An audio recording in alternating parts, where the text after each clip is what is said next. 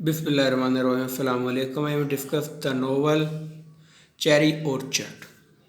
Cherry Orchard, written by Anton. This novel is a Russian novel. ये Russia में इसकी setting है। ये रशिया में लिखा गया। 1903 में इस नावल को मुकम्मल कर लिया गया, लेकिन 1904 में इसे पब्लिश किया गया। और जो टाइम पीरियड था उस वक्त वो अर्ली मॉडर्निस्ट पीरियड चल रहा था जिस वक्त इसे पब्लिश किया गया। एंटोन चेखोव ने इसे 4 हिस्सों में पेश किया है, यानी 4 एक्ट हैं इस प्ले के। और ये प्ले मई की मॉर्निंग यानी सुबह से स्टार्ट होता है। सुबह का टाइम है जब इसकी शुरुआत होती है। और इसमें मेन कैरेक्टर जो है वो मैडम रिस्कॉन रेस्के का है। ये फ्रांस में रह रही है और उसकी बेटी आनिया और चकलोक दोनों इस चकलोक और आनिया इसकी बेटी और चकलोक इसका मुलाजिम है।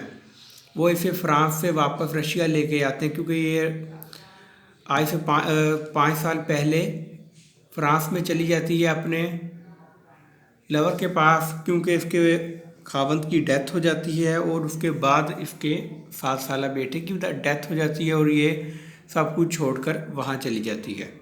और वो भी इसे धोखा देता है। जो इसका लवर होता है और ये खुदकुशी करने लगती है और आनिया इसे वापस ले आती है। आनिया और चेकोलोक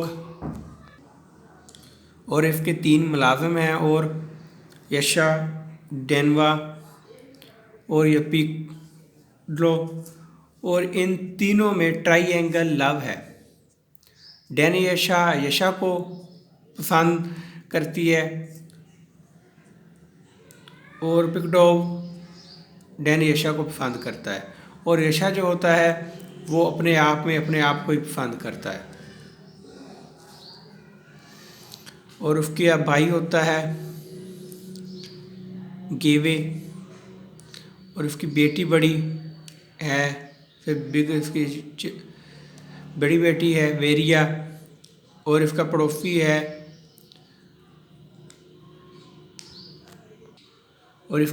है लोपिकन, जो इसका वेट कर रहे हैं कि ये फ्रांस से रशिया वापस आ रही है 5 साल के बाद।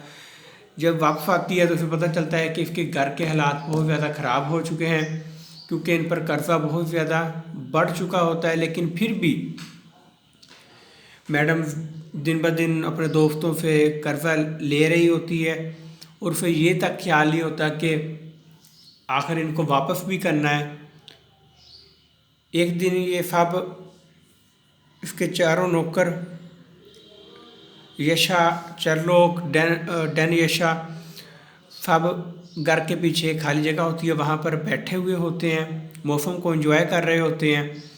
तो थोड़ी देर बाद मैडम वहाँ आती है और इसकी बेटी आती है, और लुप्रिकन जो इसका हमसाया वो आता है और उसे कहता है कि या फिर जो चेरी का ऑर्चर्ड दरख्त जो बाग लगाया गया है इसे काट के मुख्तलिफ हिस्सों में तकसीम करके किराए पर दे दो या इसे बेच दो। और मैडम नहीं चाहती कि मैं इसे वो फ़रोख्त इसे नहीं करना चाहती, क्योंकि उसकी बहुत सारी यादें इससे वाबस्ता होती हैं। सारी बात हर किसी के साथ ऐसे होता है कि अपने घर के साथ हर किसी की यादें वाबस्ता होती हैं और वो इसको नहीं बेचना चाहती। एक दिन वो आता है, दिन गुजरते जाते हैं और अगस्त का महीना आ जाता है जब इनकी घर की नीलामी होनी होती है। और वो उस 1-2 दिन पहले मैडम बहुत सारे लोगों को बहुत बड़ी दावत देती है, जिसमें बहुत सारे लोगों को इनवाइट कर, अपने दोस्तों को, रिश्तेदारों को इनवाइट करती है। और इसकी बेटियां वेरिया ये कहते हैं कि ये क्यों इतना बड़ा काम कर रही है, और उससे गुस्सा होती हैं कि इतना बड़ा बिल हम कहाँ से अदा करेंगे। लुप्रिकन और गेएफ दोनों जब घर की बोली होती है उस पर जाते हैं। गेएफ जब वापस आता है तो सीधा घर के ऊपर चला जाता है, और लुप्रिकन बहुत ज़्यादा खुश होता है क्योंकि उसने घर को ख़रीद लिया होता है। लुप्रिकन वो होता है इसी घर का, उसका बाप इसी घर में मुलाजमत करता होता है और ये वो घर खरीद लेता है।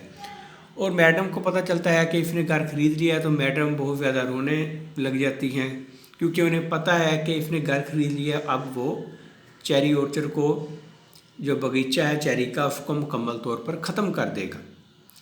और जो फोर्थ एक्ट है उसमें ये सब अपना अपना सामान इकट्ठा कर रहे होते हैं जाने के लिए, लेकिन जो इनका बिटलर होता है फ्रिफ, वो बहुत ज़्यादा बीमार होता है और ये उसे यहीं छोड़कर चले जाते हैं। और जब ये घर से बाहर निकलते हैं तो, और क्योंकि बहुत ज़्यादा जल्दी कर रहे हैं, 1 घंटे के अंदर अंदर इन्होंने ट्रेन पकड़नी होती है कि ट्रेन पर सवार होना होता है, और वो सब आप कोशिश में लगे होते हैं कि हम जल्दी जल्दी ट्रेन को पकड़ लें।